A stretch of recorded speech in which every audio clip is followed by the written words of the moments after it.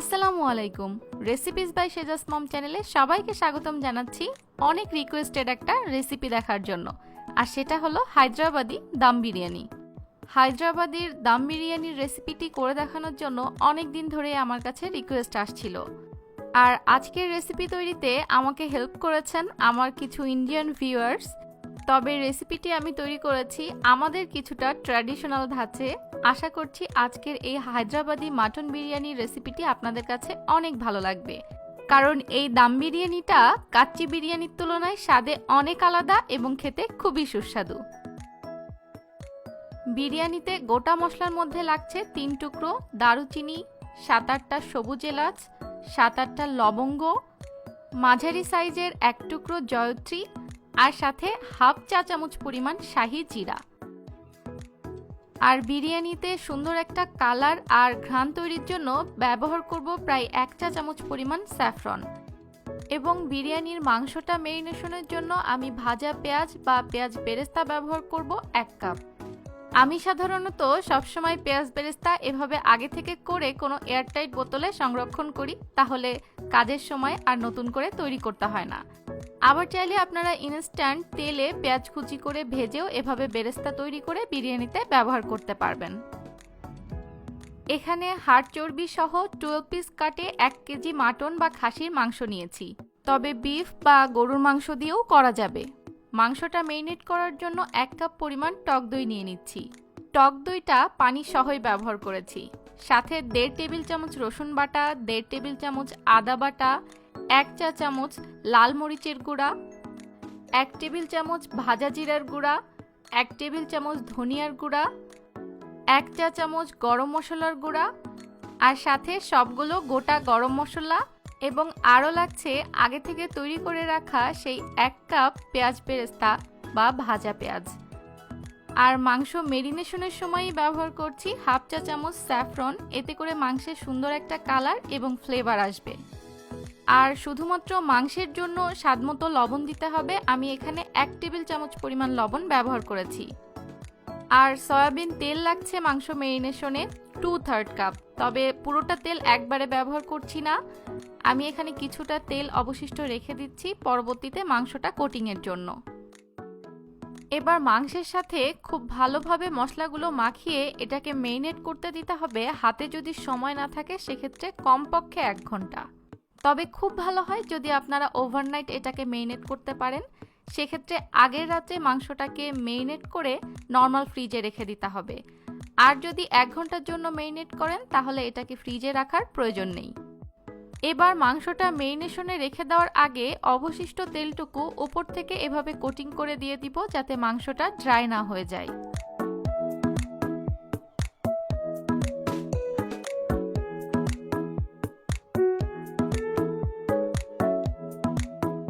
এবার বিরিয়ানির চালের প্রসেসটা করে নিব। 700 গ্রাম বাসমতি চাউল নিয়েছি। হায়দ্রাবাদি বিরিয়ানিতে সাধারণত বাসমতি চাউলটাই ব্যবহার করা হয়, তবে চাইলে যে কোনো সুগন্ধি পোলাওয়ের চাল ব্যবহার করতে পারবেন। চালটাকে পর্যাপ্ত পরিমাণ নর্মাল টেম্পারেচারের পানি দিয়ে ভিজিয়ে রাখবো আধা ঘন্টার জন্য। চাল সিদ্ধের জন্য একটা বড় পাত্রে পর্যাপ্ত পরিমাণ পানি দিয়ে তাতে 4টা সবুজ এলাচ, 2 টুকরো দারুচিনি দিয়ে অপেক্ষা করব পানিটা ফুটে ওঠা পর্যন্ত।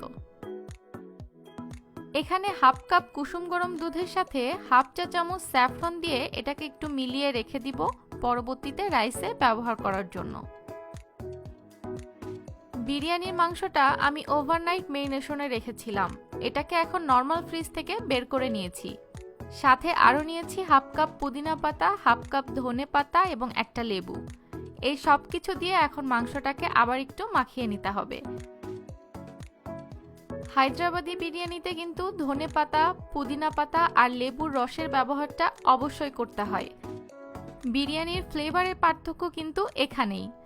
তবে এই জিনিসগুলো মাংসটা ফার্স্ট টাইম মেরিনেশনের সময় ব্যবহার না করে বিরিয়ানিটা চুলায় বসানোর আগ দিয়ে ব্যবহার করে তারপরে একটু মাখিয়ে নিলে এই যে পুদিনা পাতা, ধনে পাতা আর লেবুর ফ্লেভারটা, এটা খুব টাটকা টাটকা পাওয়া যাবে বিরিয়ানিতে।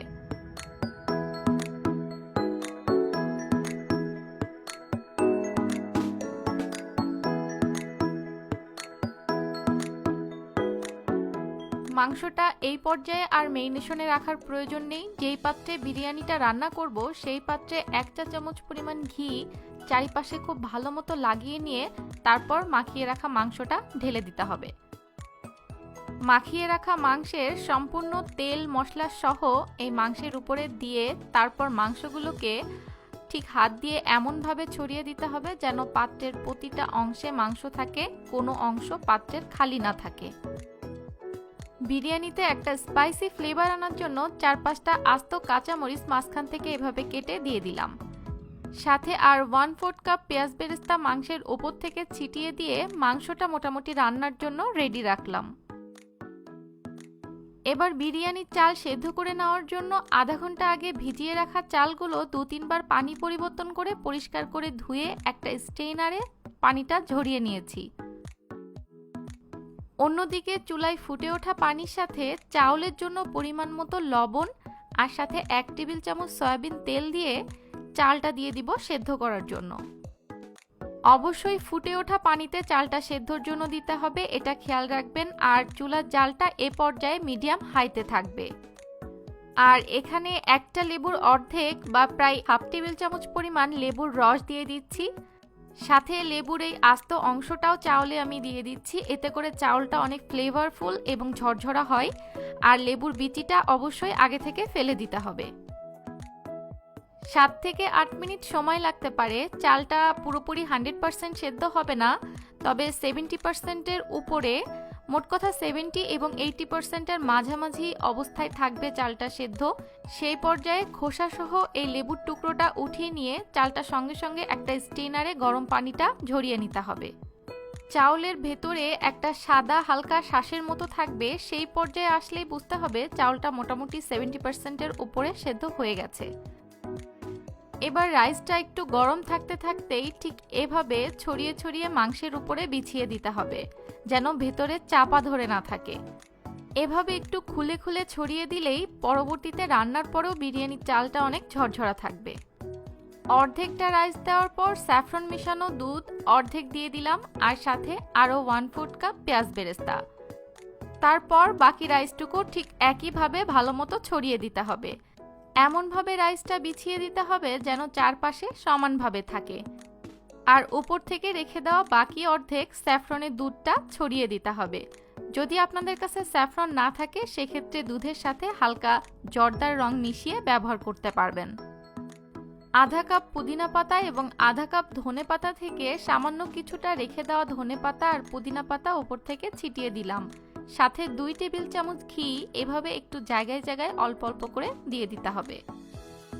এবং উপর থেকে ছিটিয়ে দিব 1 টেবিল চামচ গোলাপ জল আর 1 টেবিল চামচ কেওড়া জল, বিরিয়ানিতে সুন্দর একটা ফ্লেভার আনার জন্য। এবার পাত্রটাকে চুলায় বসানোর আগে এয়ারটাইট করে সিল করার পালা। এর জন্য আমি এখানে কিছুটা রুটি বানানোর আটা এভাবে একটু লুজ করে ছেনে নিয়েছি। তারপর আটাটা সুবিধামতো অংশে ভাগ করে নিয়ে ঠিক এভাবে একটু টেনে টেনে লম্বা করে পাত্রের চারপাশে লাগিয়ে দিতে হবে ঢাকনাটাকে সিল করার জন্য। এবার পাত্রের ঢাকনাটা আটার উপরে ঠিক এইভাবে একটু চেপে বসিয়ে দিয়ে তারপর আটাগুলো আরেকটু চেপে চেপে ঢাকনাটা পুরোপুরি এয়ারটাইট করে সিল করে দিতে হবে যেন কোনো বাতাস ভেতর থেকে বেরোতে না পারে। আর ঢাকনায় কোনো ছিদ্র থাকলে সেটাও আটা দিয়ে বন্ধ করে দিতে হবে। এবার বিরিয়ানিটা দমে বসানোর জন্য আমি এরকম একটা লোহার বড় তাওয়া ব্যবহার করছি। বিরিয়ানির পাত্রটা এর উপর বসিয়ে প্রথম 10 মিনিট চুলার জালটা ফুল হিটে রাখবো এবং পরবর্তী 40 মিনিট চুলার জালটা সর্বোচ্চ লোতে রাখবো। টোটাল 50 মিনিট পরে যখন আটাগুলো এরকম শক্ত হয়ে আসবে তখন বুঝতে হবে বিরিয়ানিটা রেডি। এরপর আটাগুলো এভাবে খুলে নিয়ে বিরিয়ানিটা পরিবেশনে যাব। আর আপনাদের কাছে এরকম লোহার তাওয়া না থাকলে রুটি বানানো যে কোনো তাওয়ায় আপনারা বিরিয়ানিটা দমে দিতে পারবেন।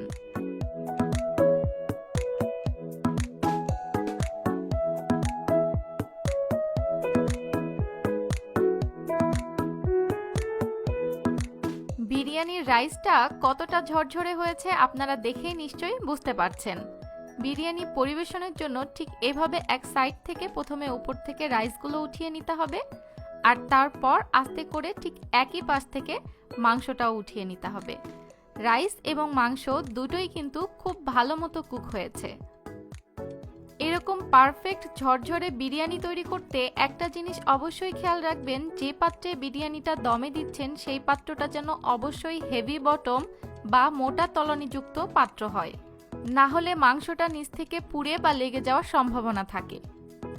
আজকের বিরিয়ানিটা আমি রায়তা দিয়ে পরিবেশন করেছি, আর বিরিয়ানির মাংসটা কতটা সফট হয়েছে তা নিশ্চয়ই আপনারা দেখেই বুঝতে পারছেন। আশা করছি সকল টিপস সহ পারফেক্টভাবে হায়দ্রাবাদি দম বিরিয়ানি রান্নার এই রেসিপিটি আপনাদের অনেক কাজে আসবে। ভালো লাগলে একটি লাইক দিবেন আর আপনাদের মতামত আমাকে কমেন্টস করে জানাবেন, কারণ আপনাদের লাইক এবং কমেন্টস আমাকে অনেক উৎসাহ দেয়। আজকে এখানেই বিদায় নিচ্ছি। ভালো থাকবেন সবাই। আল্লাহ হাফেজ।